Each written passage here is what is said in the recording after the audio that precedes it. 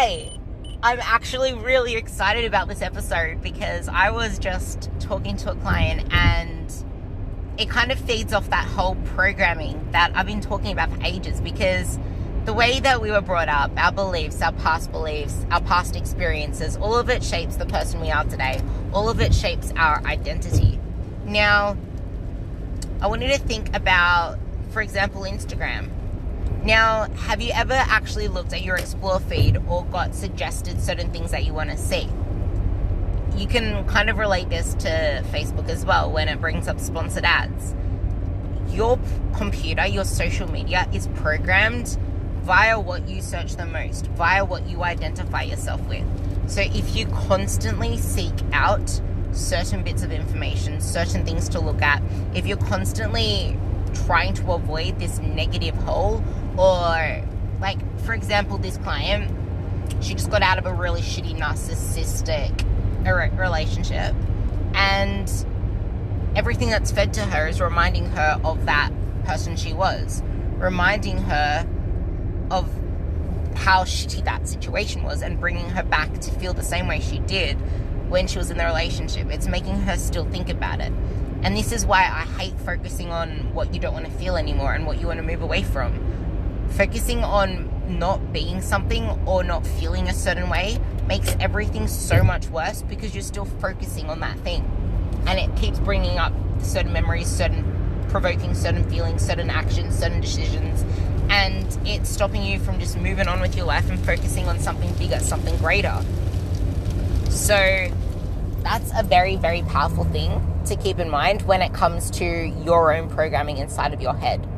So my advice to her was to start unfollowing all of the accounts, and then to start clicking on it. I don't want to see this. I don't want to see this. And you can start doing the same in your life. Start pruning out the weeds, stopping the negative actions by recognizing the negative thoughts that instigate them. And then any certain feelings or behaviors or events that lead to, for example, binge eating, the anxiousness, panic attack, you overwhelming yourself, recognizing it and shifting your thoughts. Unfollowing certain trends, unfollowing certain ways of thinking. Just unfollow it and change the thought pattern. Start filling your feed, as in your thought reel. The reel of thoughts in your head, start filling it with positive stuff. Start exposing yourself to more positive things, to things that you want to feel. And that's why whenever I have conversations about goals and visions with my clients, it's not really about goals at all. It's about how they want to feel. How do you want to feel? And if I've had quite a few phone calls where my girls were like, I don't want to feel blah, blah, blah. I'm like, no, that's not good enough. You can't not want to feel something. If you don't want to not feel something, then what is it that you want to feel?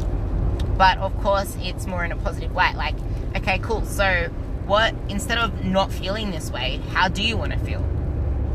And then they'll say it again, not blah, blah. Or I hate feeling blah, blah. I'm like, okay, so how do you want to feel? What can you do to not feel that way? And then they'll say something and I'm like, okay, cool. So then how does that, once you can do that, how will that make you feel? And then you're starting to rewire a new pattern of thinking.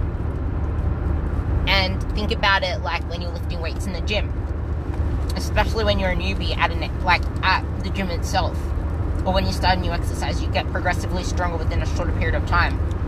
And then the more you expose yourself to it, the slower the gains get, but you're so much stronger at it. So you don't have to do as much to maintain that strength. That's it for me for today. Kept it nice, short and sweet. And share this with anyone that needs it, because it's so powerful.